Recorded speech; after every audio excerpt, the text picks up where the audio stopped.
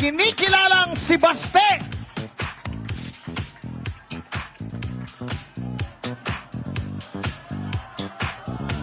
Palakpakan po natin uli, Sebastian Z. Duterte!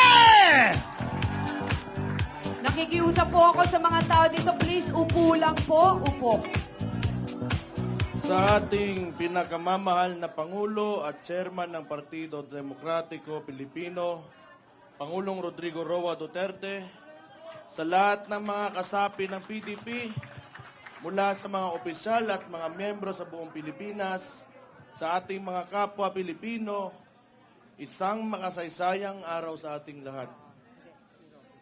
Taos puso akong nagpapasalamat sa bawat isa sa inyo sa patuloy na pagtitiwala sa Partido Demokratiko Pilipino at sa mga advokasya na ating ipinaglalaban. Isang malaking iangat ang ating bansa at ang buhay ng bawat Pilipino. Ang PDP ay maninindigan hindi lamang para sa atin na nandito ngayon, kundi para sa bawat Pilipino na siyang tunay na lakas at pundasyon ng ating partido. Higit 4 na dekada ang nakaraan na buo at nanindigan ng PDP laban upang tutulan ang mapang-abusong rehimeng Ferdinand Marcos Sr. Ngayon, ang buhay at kinabukasan ng mga Pilipino ay nalalagay na naman sa alanganin. Habang nagsusumikap tayong humakbang patungo sa isang maunlad na bukas, ay pilit naman tayong hinihila pabalik ng administrasyong ni Ferdinand Marcos Jr. sa isang mapang-abuso at mapagmalabis na pamahalaan. Minsan na nating naipakita at napatunayan na kaya nating ayusin ang sistema ng ating pamahalaan sa pamumuno ni Pangulong Rodrigo Duterte. Pinatunayan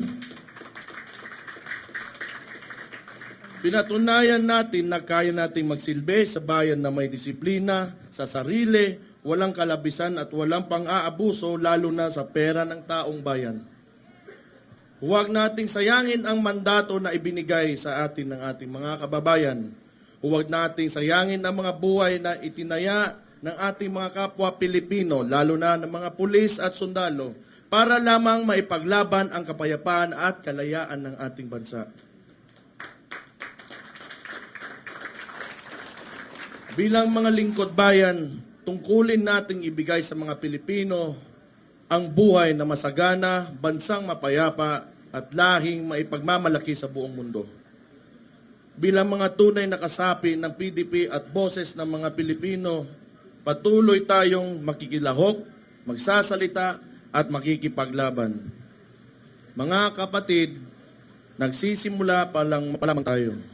Mahirap at mapanganib man ang landas na ating tatahakin, hindi ito mapapawi ang nagliliyab nating mga damdamin para sa isang mapayapa at maunlad na bansa.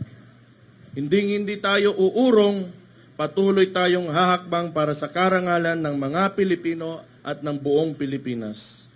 Walang makakapigil sa atin kapag tayo ay magkakaisa at buong pusong mag-aalay ng ating buhay para sa kinabukasan ng ating pinakamamahal na bayan. Ipaglaban natin ang kinabukasan ng mga kabataan. Ipaglaban natin ang kapayapaan. Ipaglaban natin ang malinis, tapat at makatao na pamahalaan. Ipaglaban natin ang ating bayan. Mabuhay ang PDP! Mabuhay!